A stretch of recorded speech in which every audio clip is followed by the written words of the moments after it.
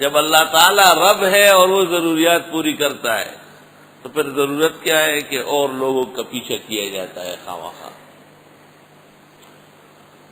وہ کہتے ہیں نا کہ ایک عرب نے اپنی بیوی کو کہا کہ میں سفر پر جا رہا ہوں، میرے لیے ایک بت بناؤ خدا، سفر میں پوجا کروں گا جب موقع ملے گا۔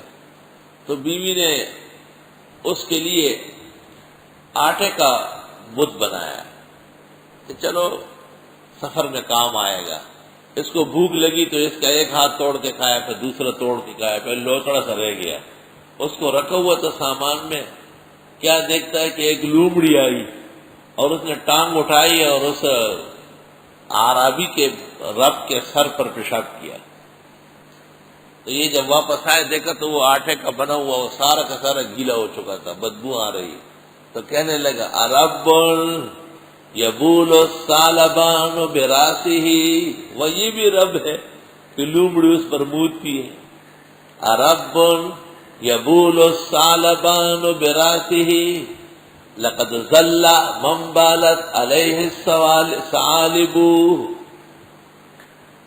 عرب یبول الثعلبان براسہ، وہ یہ رب ہے جس پر لومڑی اور گیدڑ پیشاب کرتے ہیں۔ لقد ظل من بالت علیہ الثعالب، بڑا ذلیل ہے جس پر لومڑی بھی مود سکتی ہے۔ وہ کہاں رب ہے؟ اٹھا کے پٹک دیا، اسے دور پھینک دیا۔ رب تو رب العالمین ہے، رب تو رب السماوات والارضین ہے، رب تو رب الاولین والآخرین ہے۔ رب کی تو اتنی ربوبیت ہے کہ ساری کائنات اس کے سامنے ہیچ ہے، اور کس شان سے وہ پالتے ہیں۔ جب بچہ ماں کے رحم میں جمنے لگتا ہے تو ماں کی چھاتیوں میں ماں کے پیٹ میں رحم سے نکلنے والا خون حیض کا، وہ اس کا خوراک جنین کا بنا دیتا ہے۔ اس لیے حاملہ کی ماہواری بند ہو جاتی ہے، وہ بچے کا خوراک بننا شروع ہو جاتا ہے۔ کتنے لطیف مقام پر ہے اور کیسا عجیب خوراک ہے۔ پھر جب بچہ پیدا ہوتا ہے، دنیا میں آئے گا، تو ماں کی چھاتیوں کو شیر سے اور شیرین دودھ سے بھر دیتا ہے۔ اللہ اکبر، اللہ اکبر۔ اور کیسا زبردست منعم ہے اور کیسے رب ہے۔ انسان سے کبھی دودھ نکلتا ہے؟ خود سوچ تو لے ذرا، سارے جہان کی دوائیاں اور حکمت و طب ختم کر لے، کسی انسان کے چھاتیوں میں دودھ نہیں آئے گا، لیکن جب بچے کی ضرورت ہو جاتی ہے تو اللہ اس میں دودھ کا چشمہ جاری کر دیتا ہے۔ بعض بزرگان دین نے مستقل بسم اللہ کی مشق کی، اور وہ بسم اللہ الرحمن الرحیم پڑھ کر پہاڑ کو نیچے کر لیتے تھے اور شیر کو جنگل سے طلب کر لیتے تھے۔ سینکڑوں واقعات توارث کے ساتھ موجود ہیں۔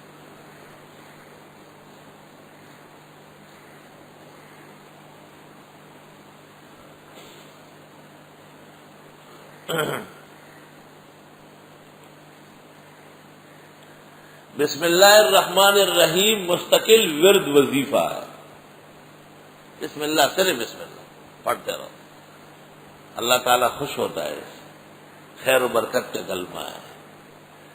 بعض لوگوں نے کہا ہے کہ جو قرآن مجید پڑھا ہوا نہ ہو وہ انگلیاں پھیرتا رہے باوضو، اور بسم اللہ الرحمن الرحیم بسم اللہ الرحمن الرحیم بسم اللہ الرحمن الرحیم، اس کو جائز کہا ہے۔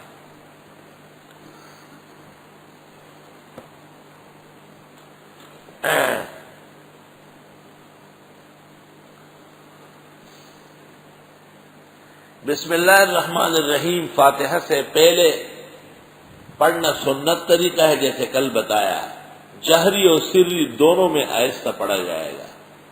حنفی مذہب میں قرآن مجید میں سوائے صرف ایک سورت کے شروع میں کہیں بھی بسم اللہ بالجہر جائز نہیں، مکروہ و خلاف سنت۔ ہاں آہستہ ہمیشہ پڑھ سکتے.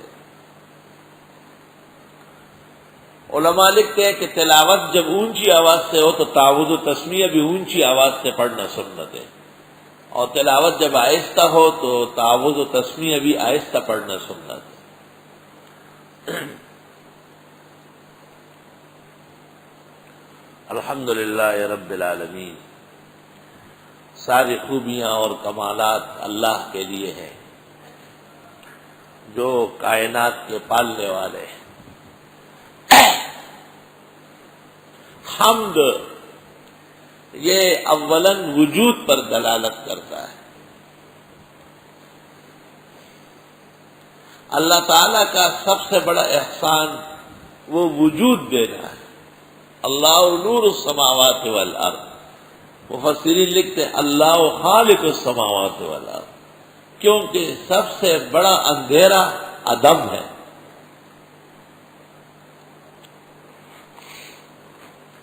تو جب اللہ تعالیٰ نے ہمیں موجود کیا ہے، اس پر شکر کیسے پورا ہوگا؟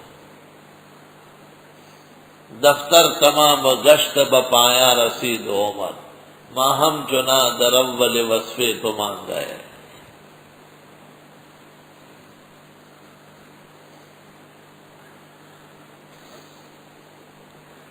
الحمد الف لام کے عہد اور جنس پر ابو العباس مبرد اور ان کے استاد کا کلام بھی مشہور ہے. عام طور پر کہتے ہیں کہ وہ حمد، وہ تعریف، وہ ثنا، وہ بزرگی، وہ عظمت، وہ بلندی جو شان خداوندی کے لائق ہے، وہ اللہ کے لیے. تو معہود ہو گیا، عہد کے لیے ہو گیا. الحمدللہ شان خوبی اور کمالات اللہ تعالیٰ کے لیے ہے، وہی اس کا مستحق ہے.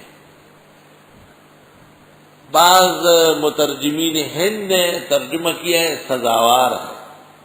ڈپٹی نذیر نے ترجمہ کیا ہے اللہ کے لیے سزاوار ہے. حضرت شیخ الہند نے ادری حاشیے میں ٹھوک دیا اس میں کہ الحمد کو جاننے والے جانتے ہیں کہ یہ کہنا کہ ساری تعریف خدا کے لیے سزاوار ہے بید بھی. ڈپٹی نذیر کے رد میں حکیم الامت مولانا اشرف علی صاحب نے ایک رسالہ لکھا تھا.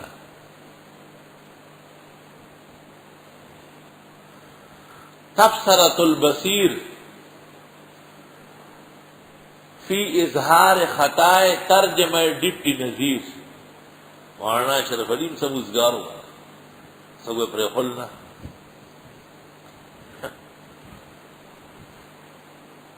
تبصرۃ البصیر فی اظہار خطائے ترجمہ ڈپٹی نذیر. یہ ڈپٹی وپٹی جو ہوتے ہیں ان کو بہت شوق ہوتا ہے، ڈپٹی کلیکٹر رہا تھا کہ کچھ نہ کچھ کر لے. ہمارے اس محلے میں ایک علی گڑھ کا پڑا ہوا تھا، لکھا پڑا جاہل. ایک دن میرے پاس آیا کہ میں نے سیرت النبی سب مطالعہ کر لی، اب میں قرآن کی تفسیر لکھنا چاہتا ہوں. میں نے کہا آرام سے بیٹھو، کوئی اور کام نہیں، کھانے علم اللہ نے بہت دیا ہے، اس کا استعمال ضروری ہے. تو میں نے پوچھا کہ سیرت النبی کون سی دیکھی؟ تو کہنے لگا شبلی نعمانی کی. میں نے کہا پوری؟ کہا ایک ہی جو جلد ہے. میں نے کہا تو 5 جلد ہے. کہا اچھا. واپس چلا گیا. ایک جلد دیکھ کے آیا تھا اور قرآن کی تفسیر کی تیاری کر رہا تھا. توبہ، استغفر اللہ. الحمدللہ رب العالمین. ساری خوبیاں اور کمالات اور شان حمد و ثنا اللہ کے لیے ہے، رب العالمین جو پالنے والے ہیں کائنات. اللہ تعالیٰ کی صفات میں سے ایک صفت رب ہے. رب یرب کے معنی آتے ہیں پالنا. پالنا صرف رزق کو نہیں کہتے ہیں کہ بس روٹی سالن اور پانی دے دیے تو پالا، نہیں. جسم کے ہر اندام اور عضو میں مطلوبہ صلاحیت ڈالی ہے. آنکھیں دیکھتی ہے، ناک سونگتی ہے، کان سنتے ہیں، زبان بولتی ہے، دانت چباتے ہیں.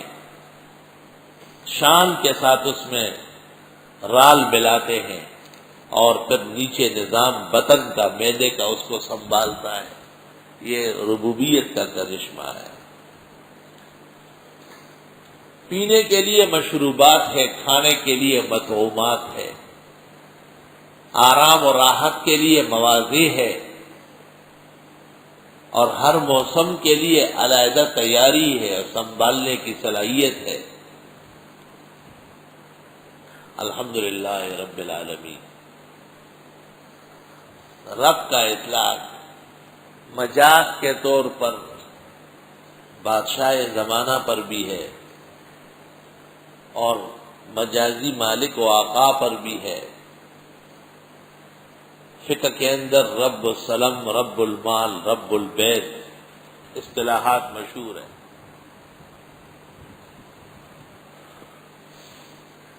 بعض علماء نے کہا ہے کہ جب عبد کی مناسبت اضافت مخلوق کی طرف منع ہوئی، صحیح مسلم میں ہے لا تقولوا عبدی وعبدہ، ایسا مت کہو بلکہ تم سب اللہ کے بندے ہو. تو اس وقت پھر رب کا استعمال بھی کسی اور کے لیے منع ہوا ہے. رب یرب، رب ارحمہما کما ربیانی صغیرا. ربوبیت تربیت فرمانا، ضروریات پوری کرنا.